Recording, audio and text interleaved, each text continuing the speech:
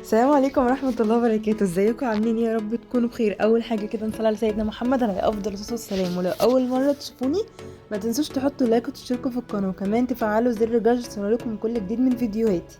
النهاردة جايه لكم بطاجن مكرونة اختراع بجد، مش هيكلفكم ولا هياخد معاكم وقت، وكمان هينفع وجبة للغدا. ولو جربتوها بالطريقة دي انا متأكدة ان انتوا تعملوها. شايفين اصلا شكل المكرونة تحفة ازاي؟ وكمان حاطه لها مكون عمركم ما تتوقعوه او تفكروا ان انتوا تحطوه. النهارده هعمل معاكم احلى طاجن مكرونه. يلا بينا. معايا كده حله على النار، حطيت فيها زيت 3 معالق كبار من الزيت. ولما سخن الزيت حطيت بصلايه متقطعه مكعبات زي ما انتوا شايفين كده. اول ما البصلايه بدات كده تتحمر واشوحها شويه بالشكل اللي انتوا شايفينه ده، شايفين لونها بقى دهبي ازاي، هنزل عليها فلفل احمر وفلفل اخضر مقطعاه مكعبات زي ما انتوا شايفينه كده. وتقدروا تحطوا فلفل حامي لو بتحبوا الحاجة سبايسي.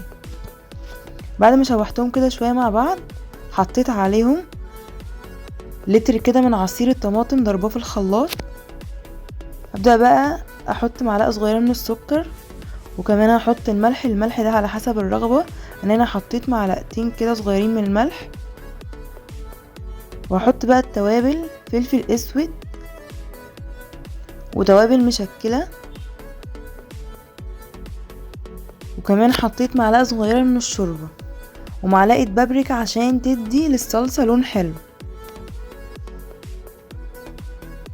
زي ما انتم شايفين كده بدأت اقلب الصلصة كويس. ابدأ بقى اغطيها واسيبها تتسبك كويس جدا، وهوريها لكم كمان بعد ما تتسبك. شايفين بقى كده شكل الصلصة بعد ما تسبك؟ شايفين كده تقلت وبقت لونها حلو ازاي؟ خطيرة بجد. هطفي عليها بقى وابدأ اسلق معاكم المكرونة. حطيت كده في المية المغلية معلقتين كبار من الملح، وكمان هنزل عليهم بالمكرونة.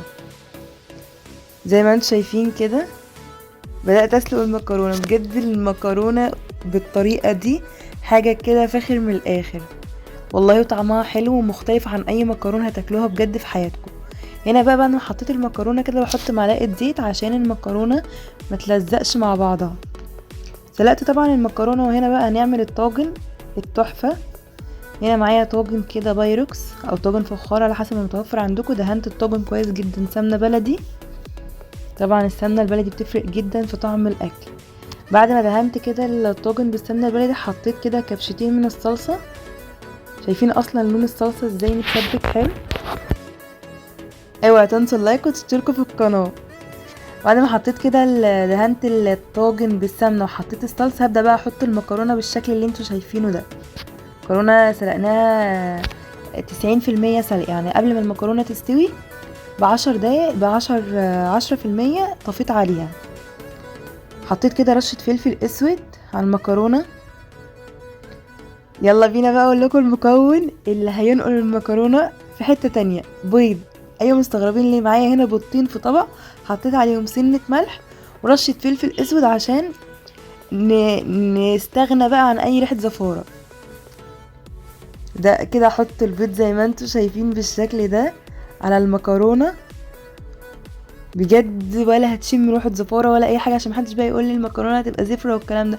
جربوها وما تحكموش على الحاجة قبل ما تجربوها. بجد انا كنت قبل ما اعملها بقول زيكم كده. بس الطاجن ده اصلا من اختراع ماما، ربنا يديها الصحة. حاجة كده فاخر من الاخر.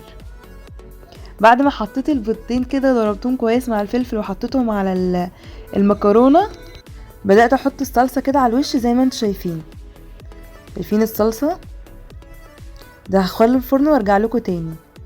كده الطاجن بعد ما دخلته الفرن، انا حطيت الطاجن على الصاجة على طول. اخد من ربع لتلت ساعة عشان البيض يكون استوى والمكرونة تكون كملت سواها.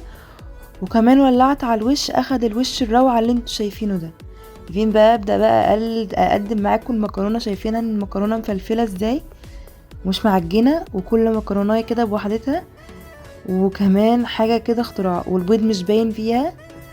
بس بجد طعم البيض فارق جدا في طاجن المكرونة، طعمها خطير. الله بجد على الجمال، اكدوا من فرط الجمال اذوبه. شايفين اصلا شكل المكرونة تتكلم عن نفسه. متنسوش بقى تشتركوا في القناة. مع السلامة.